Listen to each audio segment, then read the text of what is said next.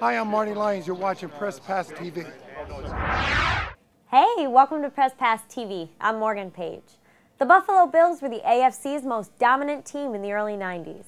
We hit the links with some of the key players from those teams to find out more about them.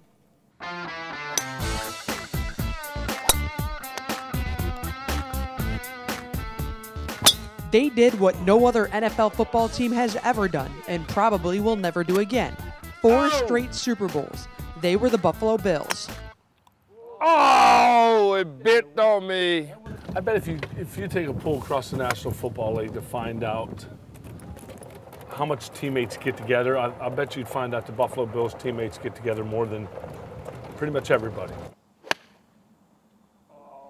We see each other about 5 or 6 times a year.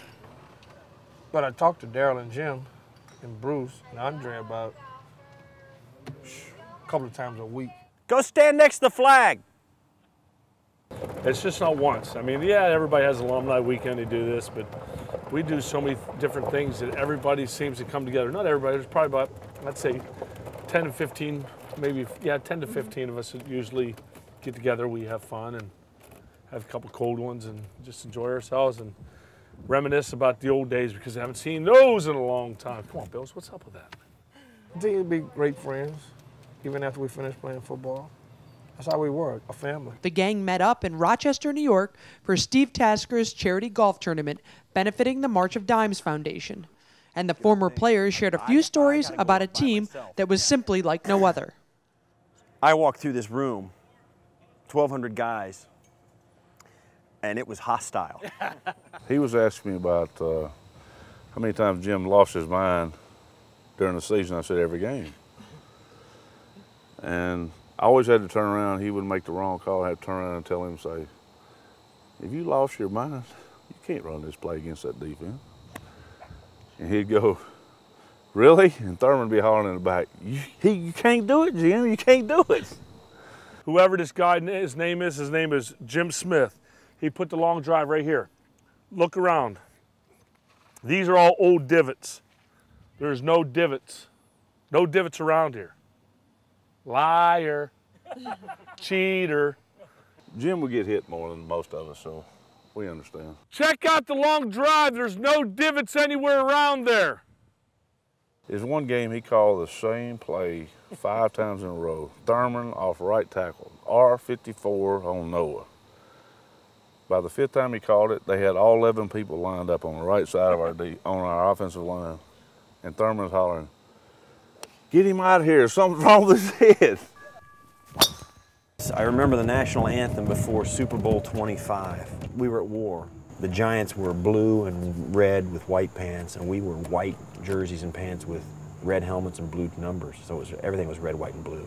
Whitney Houston sang the national anthem, which was a great rendition. Right after she hits the last note of that anthem, the jets fly over. And there was a real concern for the first time, even then, that there may be a terrorist attack on the game. I look around and everybody in the stands was given an American flag and they were waving. Every single person was waving a flag. I'm standing next to the officials and they're crying.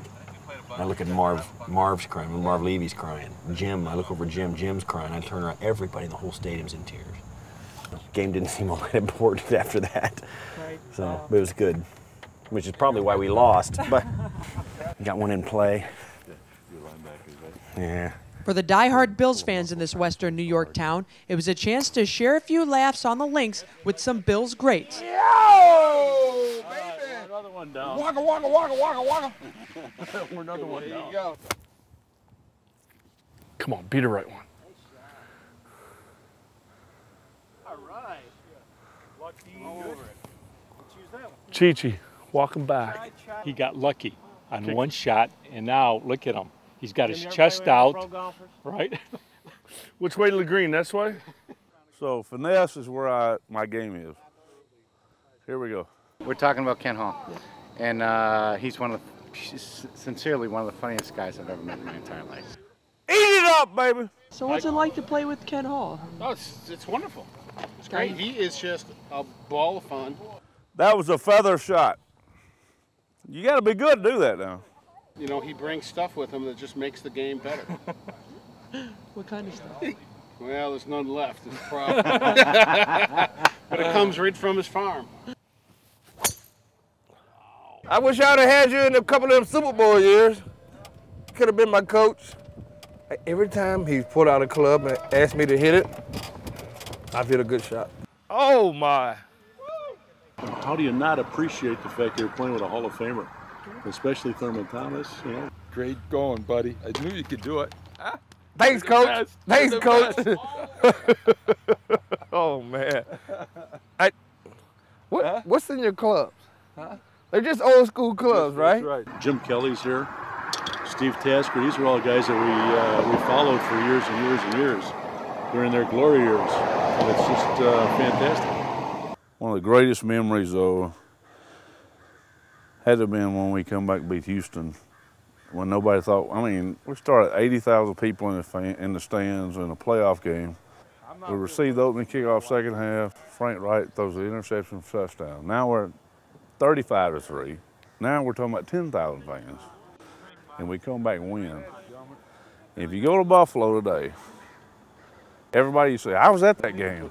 I say, what quarter were you at that game? You're the 400,000 people, a person I've heard is at that game. And it couldn't have been that many there. It only holds 80. But they were climbing the fences, trying to get back in. I mean, it was great. And I got to tell you, if he knows, he played, his greatest fans were all those blue-collar workers. Blue-collar workers? How can you guy making $15,000, $20,000 a year and spend half of that just going to football games? And loving it. And loving it. I mean, that was their part of life. Okay, look, honey, we're going to buy these tickets. Yeah, I know they're up in the nosebleed, but I'm going to all eight home games. That's right. Ah, that one got left. God dang it. I'm not going to find that one, I don't think. What I do miss is being in that kind of shape. I miss being bulletproof. That was fun. But for the most part, no, I don't miss playing. I mean, I like the game. The game is so much better now than it was when we played. And we were great, but you know, it's just a different game. It evolves all the time, and it's different now. So I don't miss it, but it was fun. Where'd that went? Oh boy! And as long as this Buffalo Bills family stays together, the fun will never end. You want to put $100 on we beat your team? In Rochester, with the former Buffalo Bills, Francesca Iacovangelo, Press Pass TV. Woo! Yeah, baby! Woo-hoo! Nice golf. We hope you enjoyed that story. For more behind-the-scenes action, check out our website, presspasstv.com, or log on to our YouTube page at youtube.com/presspass. We add stories all the time, so check back frequently. For everyone here at Press Pass TV, I'm Morgan Page. Bye.